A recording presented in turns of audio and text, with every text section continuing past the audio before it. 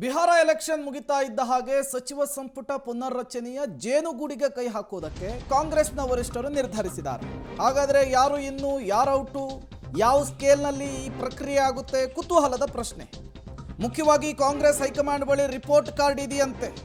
ಸಚಿವರಿಗೆ ಅದೇ ಬ್ರಹ್ಮಾಸ್ತ್ರದ ಪ್ರಯೋಗಕ್ಕೆ ಹೈಕಮಾಂಡ್ ಪ್ಲಾನ್ ಮಾಡಿಕೊಂಡಿದೆಯಂತೆ. ಬಿಹಾರ ಚುನಾವಣೆಯ ಫಲಿತಾಂಶದ ಬಳಿಕ ಭರ್ಜರಿ ಸರ್ಜರಿಗೆ ವರಿಷ್ಠರು ನಿರ್ಧರಿಸಿದ್ರ.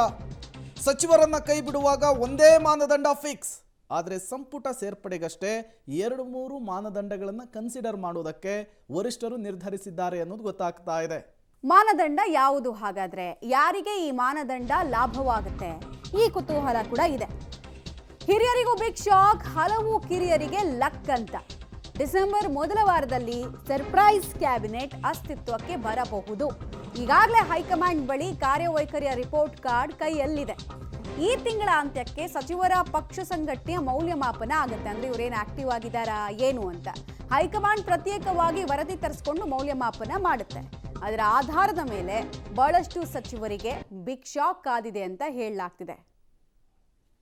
ಡೀಟೇಲ್ಸ್ ಕೊಡ್ತಾರೆ ಸುಕೇಶ್. ಒಂದು ಎಕ್ಸಸೈಸ್ ಅಂತೂ 1-2 ತಿಂಗಳಿಂದ ನಡೀತಾ ಇದೆ. ಫ್ರೆಶ್ನೆಸ್ ಬೇಕು ಕ್ಯಾಬಿನೆಟ್ಗೆ ಅಂತ. ಯೂಶಲಿ ಕ್ಯಾಬಿನೆಟ್ ರೀಶಫಲು ಮುಂದಿನ ಎಲೆಕ್ಷನ್ಗಳನ್ನು ದೃಷ್ಟಿಯಲ್ಲಿ ಇಟ್ಕೊಂಡು ಮಾಡ್ತಾರೆ. ಸೊ ಎಷ್ಟು ಜನರಿಗೆ ಯಾವ ಪ್ರಮಾಣದಲ್ಲಾಗುತ್ತೆ ಸಂಪುಟ ಪುನರ್ರಚನೆ ಅನ್ನೋದು ಒಂದು ಕುತೂಹಲ. ಏನು ಮಾಹಿತಿ ಇದೆ?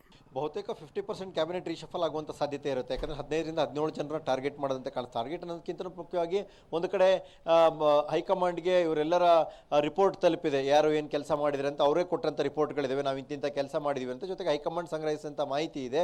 ಪ್ರೋಗ್ರೆಸ್ ರಿಪೋರ್ಟ್ ಒಂದು ಕಡೆ ಆದರೆ, ಮತ್ತೊಂದು ಕಡೆ ಜಾತಿವಾರು, ಪ್ರದೇಶವಾರು, ಅಥವಾ ಅವರ ನಾಯಕತ್ವದ ಗುಣ, ಅಥವಾ ಅವರ ಎಷ್ಟು ಪ್ರಮುಖರು ಆ ಸಮುದಾಯಕ್ಕೆ, ಇವೆಲ್ಲವೂ ಕೂಡ ಬಹಳ ಪ್ರಮುಖವಾದ ವಿಚಾರ ಆಗುತ್ತೆ.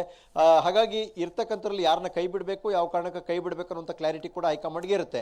ಹೊಸದಾಗಿ ತೆಗೆದುಕೊಳ್ಳುವಾಗ ಮತ್ತಷ್ಟು ಸೂಕ್ಷ್ಮವಾದ ಆಯ್ಕೆಗಳಾಗಬೇಕಾಗುತ್ತೆ. ಯಾಕಂದ್ರೆ ಅವರಿಂದ ಪಕ್ಷಕ್ಕೆ ಅಥವಾ ಸರ್ಕಾರದ ಮಟ್ಟದಲ್ಲಿ ಆಗಬಹುದಾದ ಸಂಭವನೀಯ ಲಾಭ ಏನು ಅನ್ನೋದು ಕೂಡ ಪ್ರಮುಖವಾಗುತ್ತೆ.